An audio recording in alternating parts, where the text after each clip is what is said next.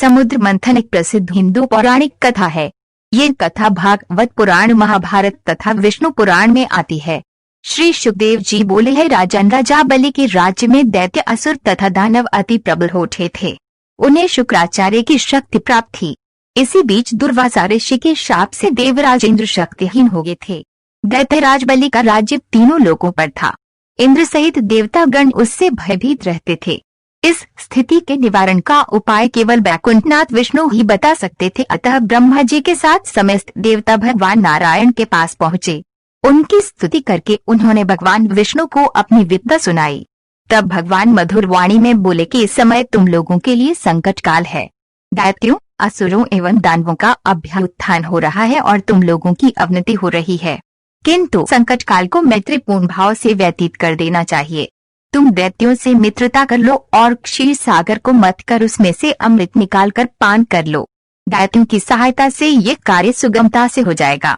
इस कार्य के लिए उनकी हर शर्त मान लो और अंत में अपना काम निकाल लो। अमृत पीकर तुम अमर हो जाओगी और तुम्हें दैत्यों को मारने का सामर्थ्य आ जाएगा। भगवान के आदेशानुसार इंद्र ने समुद्र मंथन से अमृत निकलने की बात बलि को बताया। दैत्यराज बलि ने देवराज इंद्र से समझौता कर लिया और समुद्र मंथन के लिए तैयार हो गए। मंदराचल पर्वत को मथनी तथा वासुकी नाग को नेति बनाया गया। स्वयं भगवान श्री विष्णु कच्छप अवतार लेकर मंदराचल पर्वत को अपने पीठ पर रखकर उसका आधार बन गए।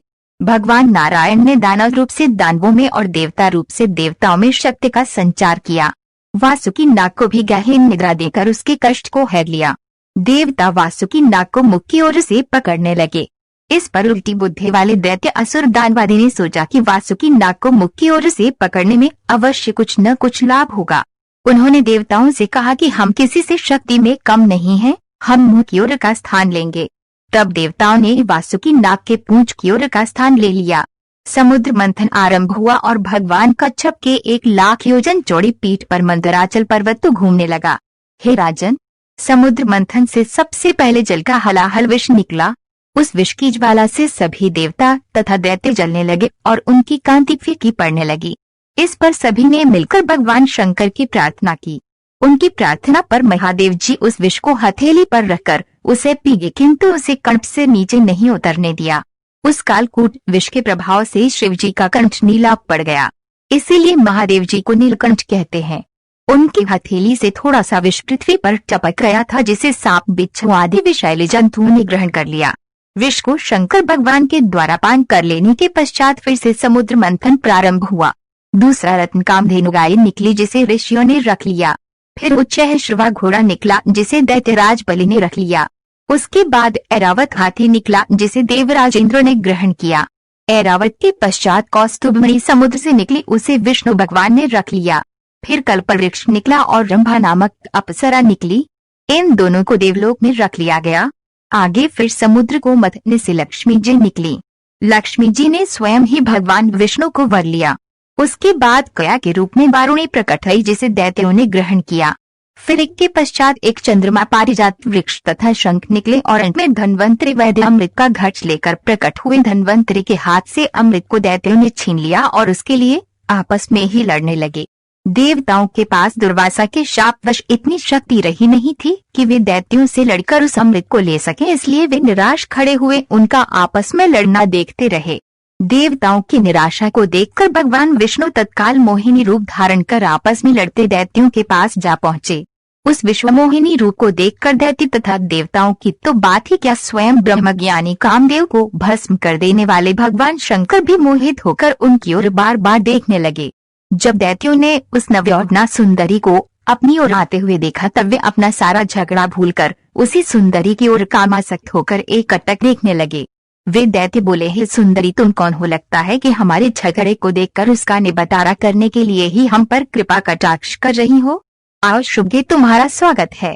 हमें अपने सुंदर कर कमलों से ये अमृत पान कराओ। इस पर विश्वमोहिनी रूपी विष्णु ने कहा, हे देवताओं और दानवों, आप दोनों ही महर्षि कश्यप जी के पुत्र होने के कारण भाई भाई हो, फिर भी परस्पर लड़ते हो।